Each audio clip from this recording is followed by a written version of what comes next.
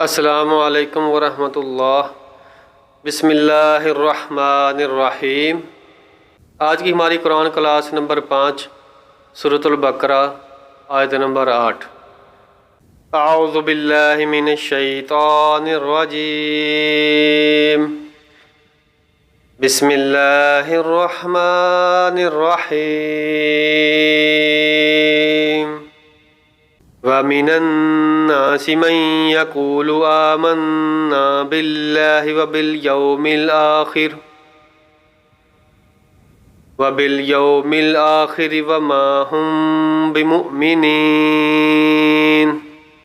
بعض لوگ ایسے بھی ہیں جو کہتے ہیں کہ ہم اللہ پر اور آخرت کے دن پر ایمان لائے، حالانکہ در حقیقت وہ مومن نہیں ہیں۔ اللہ تعالیٰ نے اس صورت کو قرآن مجید کے بیان سے شروع کیا اور یہ فرمایا یہ کتاب متقین کے لیے ہدایت ہے۔ پھر 3 آیتوں میں متقین کی 5 صفات بیان کی۔ اس کے بعد 2 آیتوں میں کفار کا بیان کیا جو متقین کی ظاہرہ اور باطنہ ضد میں۔ پھر اس کے اب 13 آیتیں ہیں جو منافقین کے بیان کرتی ہیں۔ آیت نمبر 8 سے لے کر 20 تک یہ منافقین کے بارے میں ہے۔ اب 13 آیتوں میں منافقین کا بیان ہے جو کفار اور ایمان کے درمیان تذبذب تھے۔ یہ زبان سے ایمان لائے اور دل سے ایمان نہیں لائے۔ یہ کفر کی بدترین قسم ہے۔ جن لوگوں کا ذکر فرمایا ہے یہ منافقین کی وہ جماعت ہے جو نزول قرآن کے زمانے میں تھی۔ ان میں بڑا منافقین عبداللہ بن ابی بن سول تھا جو مطلب براری کے لیے وقتی طور پر بظاہر مسلمان ہو گئے تھے۔ منافقین نے خصوصیت سے یہ کہا کہ ہم اللہ پر ایمان لائے اور آخرت پر ایمان لائے، کیونکہ یہودیوں کا در حقیقت اللہ پر ایمان تھا نہ آخرت پر۔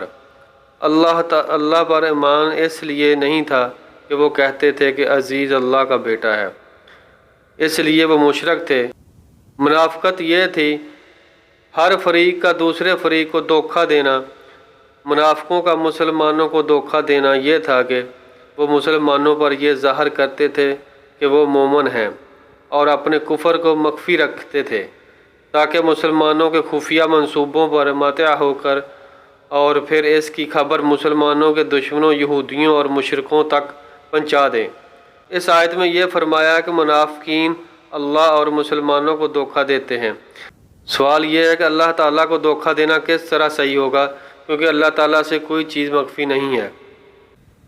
رسول اللہ صلی اللہ علیہ وآلہ وسلم اللہ تعالیٰ کے نائب اور خلیفہ ہیں، اس لیے رسول اللہ صلی اللہ علیہ وسلم کے ساتھ جو معاملہ کیا جائے وہ اللہ تعالیٰ کے ساتھ معاملہ ہے۔ اس لیے رسول اللہ صلی اللہ علیہ وآلہ وسلم کو دھوکہ دینا اللہ کو دھوکہ دینا ہے، جیسا کہ اللہ تعالیٰ نے اس آیت میں اس کی وضاحت فرمائی ہے۔ سورۃ النساء آیت نمبر 80۔ اس کا ترجمہ یہ ہے کہ جس نے رسول اللہ صلی اللہ علیہ وآلہ وسلم کی اطاعت کی اس نے اللہ کی اطاعت کی۔ رسول اللہ صلی اللہ علیہ وآلہ وسلم نے بیعت عقبہ ثانیہ میں 70 انصار سے ان کی جانوں اور مالوں کو جنت کے بدلے میں خریدا تو اللہ تعالیٰ نے فرمایا، سورۃ التوبہ آیت نمبر 111۔ اس کا ترجمہ یہ ہے، بے شک اللہ نے مسلمانوں سے ان کی جانوں اور مالوں کو جنت کے بدلے میں خرید لیا۔ پھر اللہ تعالیٰ فرماتا ہے سورۃ الفتح آیت نمبر 10، ترجمہ بے شک جو لوگ آپ سے بیعت کرتے ہیں وہ اللہ ہی سے بیعت کرتے ہیں، سو جس طرح آپ کی اطاعت کرنا اللہ کی اطاعت کرنا ہے، آپ کا خریدنا اللہ کا خریدنا ہے، اور آپ سے بیعت کرنا اللہ سے بیعت کرنا، اسی طرح آپ کو دھوکہ دینا اللہ کو دھوکہ دینا ہے۔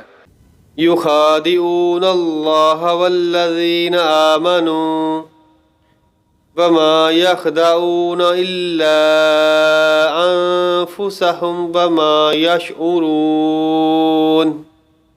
وہ اللہ اور ایمان لانے والوں کے ساتھ دھوکہ بازی کر رہے ہیں مگر دراصل وہ خود اپنے آپ ہی کو دھوکے میں ڈال رہے ہیں اور انہیں اس کا بالکل شعور نہیں ہے۔ یعنی وہ اپنے آپ کو اس غلط فہمی میں مبتلا کر رہے ہیں کہ ان کے یہ منافقانہ روش ان کے لیے مفید ہوگی، حالانکہ دراصل یہ ان کی دنیا میں بھی نقصان پہنچائے گی اور آخرت میں بھی۔ دنیا میں ایک منافق چند روز کے لیے تو لوگوں کو دھوکہ دے سکتا ہے، ہمیشہ اس کا دھوکہ نہیں چل سکتا، آخر کار اس کی منافقت کا راز فاش ہو کر رہتا ہے اور پھر معاشرے میں اس کی کوئی عزت باقی نہیں رہتی۔ رہی آخرت تو وہاں ایمان کا زبانی دعویٰ کوئی قیمت نہیں رکھتا اگر عمل اس کے خلاف ہوں۔ اگر انسان کے عمل بھی اچھے ہوں گے تو پھر ہی فائدہ ہوگا۔ فی قلوبہم مرض فزادہم اللہ مرضا وَلَهُمْ عَذَابٌ عَلِيمٌ بِمَا كَانُوا يَكْذِبُونَ۔ ان کے دلوں میں بیماری تھی، اللہ تعالیٰ نے ان کی بیماری مزید بڑھا دیا اور ان کے جھوٹ کی وجہ سے ان کے لیے دردناک عذاب ہے۔ بیماری سے مراد منافقت کی بیماری ہے، اور اللہ کی اس بیماری میں اضافہ کرنے کا مطلب یہ ہے کہ وہ منافقین کو ان کے نفاق کی سزا فوراً نہیں دیتا، بلکہ انہیں ڈیل دیتا ہے، اور اس ڈیل کا نتیجہ یہ ہوتا ہے کہ منافق لوگ اپنی چالوں کو بظاہر کامیاب ہوتے دیکھ کر اور زیادہ مکمل منافق بنتے چلے جاتے ہیں۔ دیکھتا ہے کہ میری منافقت کا اچھا فائدہ ہو رہا ہے، تو وہ منافقت کو اور بڑھاتے بڑھاتے اور زیادہ منافقت کرتا چلا جاتا ہے۔ وَإِذَا قِيلَ لَهُمْ لَا تُفْسِدُوا فِي الْأَرْضِ قَالُوا إِنَّمَا نَحْنُ مُصْلِحُونَ۔ جب کبھی ان سے کہا گیا ہے کہ زمین میں فساد برپا نہ کرو تو انہوں نے یہی کہا ہے کہ ہم تو اصلاح کرنے والے ہیں۔ منافقین اپنے فساد کو اصلاح کیوں کہتے تھے؟ منافقین کا فساد یہ تھا کہ وہ کفار سے تعاون کر کے اور مسلمانوں کے راز ان پر ظاہر کر کے جنگ کی آگ بھڑکاتے تھے اور فتنوں کو جگاتے تھے، کیونکہ جنگ کے نتیجے میں زمین پر لہو لہاتے ہوئے کھیت اجڑ جاتے تھے، مال اور مویشی ہلاک ہو جاتے تھے اور انسانوں کا قتل ہوتا تھا۔ یا ان کو فساد یہ تھا کہ وہ زمین پر اللہ کی نافرمانی کرتے تھے اور شریعت کے ساتھ استہزاء کرتے تھے، اور اس کے نتیجے میں زمین پر خون ریزی ہوتی تھی اور فتنہ اور فساد ہوتا تھا۔ اس لیے وہ اپنے فساد کرنے کو اصلاح اور اپنی شرانگیزی کا کار خیر گمان کرتے تھے۔ اللہ تعالیٰ سورۃ الفاتر میں فرماتا ہے، آیت نمبر 8، تو کیا جس شخص کے لیے اس کا برا کام مزین کر دیا گیا تو اس نے اس کو اچھا سمجھا۔ منافقین کا مقصد یہ تھا کہ ہم اپنا فساد کرنے سے بہت دور ہیں، کیونکہ ہم اپنے علماء اور پیروں کی پیروی کرتے ہیں جنہوں سے تعلیم حاصل کی ہے، تو ہم ان کے طریقے کو کیسے چھوڑیں اور اپنے گلے میں ایک نیا دین کا کلندہ کیسے ڈال لیں، اور ہم مسلمانوں کے خلاف جنگ کی آگ بھڑکا کر ان کو کمزور کر رہے ہیں تاکہ یہ نیا دین پھیلنے پھولنے نہ پائے۔ لہٰذا لوگوں کو اس نئے دین سے دور رکھنے کے لیے ہماری یہ کوشش لوگوں کی اصلاح اور ان کی خیر خواہی کے سوا اور کچھ نہیں ہے۔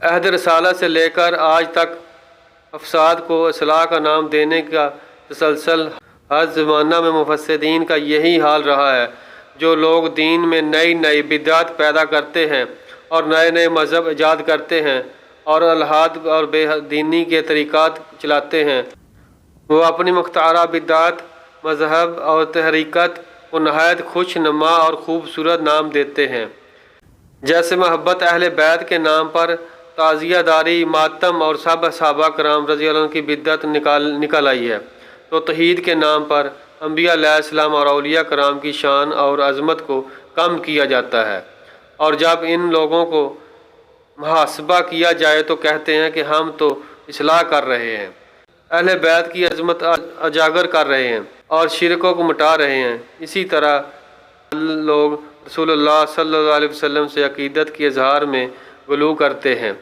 نماز، روزہ اور دیگر فرائض باقاعدگی سے ادا نہیں کرتے، اور عید میلاد کے جلوس کو باقاعدہ میلوں ٹھیلوں کی طرح نکالتے ہیں۔ الا انہم هم المفسدون ولکن لا یشعرون۔ خبردار ہو، یقیناً یہی لوگ فساد کرنے والے ہیں لیکن شعور سمجھ نہیں رکھتے۔